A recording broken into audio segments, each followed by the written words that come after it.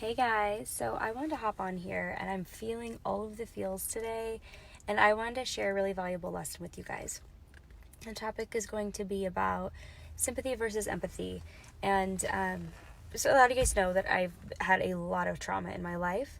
I was actually just talking, I did a podcast with someone, we were talking about poverty, and poverty is not necessarily being without like a house and food, but also like being without love. So this came up and I was like, my life's not that bad. It's not that bad. I was taken away by social services. There's a lot of physical abuse. There are a lot of these other things. And anyways, she's like, can I ask kind of what happened? And I was like, yeah. So I told her and she's like, Ashley, she's like, you said that your story wasn't that bad and what you went through wasn't that bad, but it's like one of like the craziest shit I've ever heard. She's like, your story, do not compare it to anybody else's, first of all. And your pain is no less than anybody else's pain, or no more. Like, pain is pain, trauma is trauma. But she's like, first of all, that's some really fucked up stuff. So anyways, I've been on this recent journey of going, I like had all this like huge, beautiful flashback stuff and an opportunity to talk to someone from my past that like brought up a lot of stuff. I was totally good when we were talking. And then today it just all hit me and just feeling super emotional. And so going into sympathy and empathy, I have not had the privilege or the luxury, I should say, to experience empathy. Like I really have had to train myself to be an empathetic person.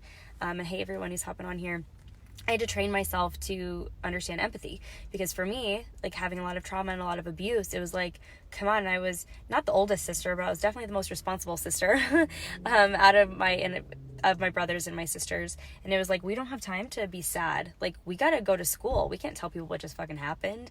Like, you can't feel sad for yourself. You can't be sorry. Like, come on, let's get up. Let's go. And that's how I've always lived my life. Like, something bad happens and I just like bounce right up. Like, you guys, I had cancer. Okay, and I had emergency surgery less than a week later, which removed a huge portion of my cervix. And like, you're probably never going to be able to have kids again. We got to check you to make sure we even got all of the cancer. I didn't tell anyone. Like, I told maybe like 3 people. I finished my midterm. This is so freaking crazy. I finished a midterm, and another guy who finished his test with me, I was like, hey, I'm sorry to ask this. By the way, my name is Ashley. Can you take me to the hospital? He's like, what? I was like, I had never had time to even give myself empathy or to have empathy for myself, let alone sympathy.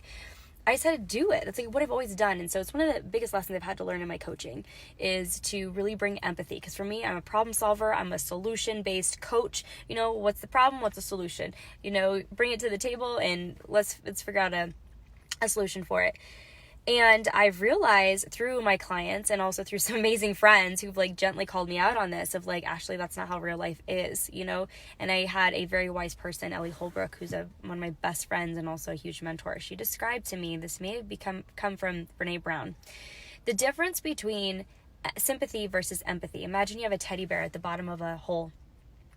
And then sympathy comes at the top of the hole and walks by and looks down and says, oh, hey, man, I see you down there. What a bummer. And the teddy bear goes, yeah, it is. It really sucks. And he's like, well, good luck with that. Okay, see you later. And sympathy just walks on by. Empathy actually looks and sees a little teddy bear at the bottom of the hole and then climbs down the hole with the teddy bear. It says, hey, how you doing? It's pretty cold down here, huh? Yeah, it feels pretty lonely. It's pretty dark. The teddy bear's like, yeah, it is. I have an idea. Like, I see you, I totally witness where you're at, and I have an idea. How about we climb this ladder that I just threw down for us? So sometimes, sorry if I'm like shaking the phone here, I'll do like this. So sometimes like empathy can be so much more powerful than just sympathy, because you can provide a solution, but first sitting in that space with them. So this is what all of 2020 has all been about, of learning what empathy is and how to be a better coach. So again, I've never really needed empathy. I'm like, I just fucking do the damn thing. Like, that's what I do. Until all of this family stuff happened. And a lot of my trauma that I had just like never looked at and I never revisited and I never talked about, because seriously, if I do tell you guys what would happen, like I would tell therapists and they're like, oh, like that's so big, we have to stay there. And I'm like, I don't need to stay there. I don't want to stay there, right? But I guess I went back and I was experiencing it. So I told my husband, who's amazing in all the ways, and I like love him with my whole heart. And I was like, hey, I just had this conversation with this person who I grew up with, and she knows a lot of my story. She knows what happened after I was taken away by social services, and she kind of filled me in on the gaps that I didn't know. And my husband, he has an amazing family. He told me he's lived a really freaking good life. Like, all he knows is love. The culture, because my husband's from Afghanistan, is like freaking amazing. And I witnessed when I was trying to tell him what I was feeling and like, this is what I said. He was so like, he didn't want to hear it. He didn't say that. Like, he listened to it, but he's like, oh yeah, that's crazy. And like, in between what I was saying, he walked into the room. Like, it was so uncomfortable. What I was saying, he didn't want to be a part of it. He doesn't resonate with it. And that's okay. Like, I get it. You know, like, this is some heavy, dark stuff. Like, he did not come prepared for that. I just, like, came home from hanging out with people all day. And her name, I won't say her name, but she's freaking amazing. We spent, like, 7 hours together talking about this stuff. He wasn't prepared for me to come home and talk about that. But here's the thing. He expressed sympathy, but no empathy. And I was like, hey, that was kind of weird that you like walked into the bedroom without, you know, hearing me or sitting with me or holding me or just saying, hey, babe, like, you made it. So for the first time, I like really needed empathy. Like, I was in pain and I wanted him to like, yeah, to hug me, to hold me, to just sit and listen and like not say anything, just be there. And he was like, oh man, that's crazy. And like kind of walked into the room. He was like trying to escape. He was like, this is crazy. And then also, I called my dad today to fill in some of the pieces of like, hey, I have dissociative amnesia. This is like a diagnosable thing that I do have, which is the spark notes is whenever I feel pain or trauma, I disassociate and I just forget, like literally straight up forget that something has happened. I had a friend who, we reconnected and I was like, hey girl, how are you? So good to see you. And like, let's go grab lunch. So we grabbed lunch and she's like, Ashley, I'm so glad that you forgave me for what had happened. And I was like, don't tell me. Because literally my dissociative amnesia, it caused me pain. If I originally cut you out, I did it for a good reason. You know, like I did it. Don't remind me, because like my brain, it just literally would delete it. So that's how a lot of my life is. It's like, it's deleted. It's called dissociative amnesia. A lot of people have it as a trauma response.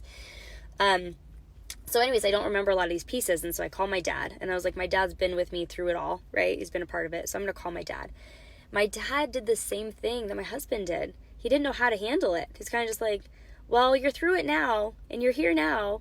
And I was like, wow, like so unsatisfied. I'm such a solution-based person, right? I'm like, just get up and move on. But this was something that was so to my core. Like, this is what has made me and my identity, is this trauma that I never looked at and I never have dealt with. And I've never needed empathy more than I need it right now. And I didn't get it from, you know, like my father or my husband. And that's okay. Like, I'm sitting in it and I'm working through it. But I just never got it. I'm like, why do people want to just complain about things and not have a solution? You know, that's how I thought. And now I like get it. So I hope that my story will kind of inspire you guys too, of like, listen to people. And sometimes they just need to be heard and listened to and like get in the hole and be like, man, this really sucks. Like, I'm so sorry that happened to you. I never should have. Really powerful words that just let them feel like they're not alone in a time when they feel super duper alone. And maybe you feel that now, maybe you felt that before. Oh yeah, Kathleen says, holy cow, I didn't know there was a title for this. I have this too. I'm thinking the dissociative amnesia. Yeah, it's something that it's not damaging, but my husband, he pointed it out to me. Like, I've always known it. I thought it was my superpower. Like, I would break up with a guy or a guy would break up with me and I was like, okay, bye. Like, that was it. Like, I didn't cry. I didn't feel sad. I just like would cut it off. And I've just always lived that way. And then my husband called me out on it once and he's like, you're doing it again. I was like, what are you talking about? He's like, this thing where you forget, like, if it's a bad thing, you literally forget it. So here's Ashley, like, Miss Positive all the time. And it's like, yeah, I have this. It's not an illness. It's kind of a superpower, but I have to work on it. So like, be present, Ashley, remember your stuff. So anyways, I'm not on here to like blame. I just recognize some people are capable of holding space for this and some people aren't. And that's okay. Like, I'm a professional. I can hold space for myself. But I want to let you guys know there is a difference between sympathy and empathy. There's a different time when people need it and you need it for yourself too. And so I hope that this video is really bringing you awareness, because I'm in the parking lot of Target and I just had a huge freaking cry. So if it looks like I'm a little bit in recovery mode, I am. But yeah, I think this is a really, really powerful topic in order to support ourselves, support our children, and to support our community too. Because if you Kathleen's like, I prefer superpower. Yeah. Because if we live our life constantly being in like the solution-based mode, we miss out on the opportunities to sit with our friends, our family, and our community when they need us most. And you know what? Sometimes the solution to healing isn't just giving solutions, which is what I always thought it was. Sometimes providing a solution is sitting with the person and allowing them to express their feelings and see them, witness them and all that they are and all that they're going through, and then say, hey, I got an idea. Let's get out of here. So I love you guys, and I'm sending you so much love, and I hope you have an amazing Saturday full of all the amazing things. All right, talk soon.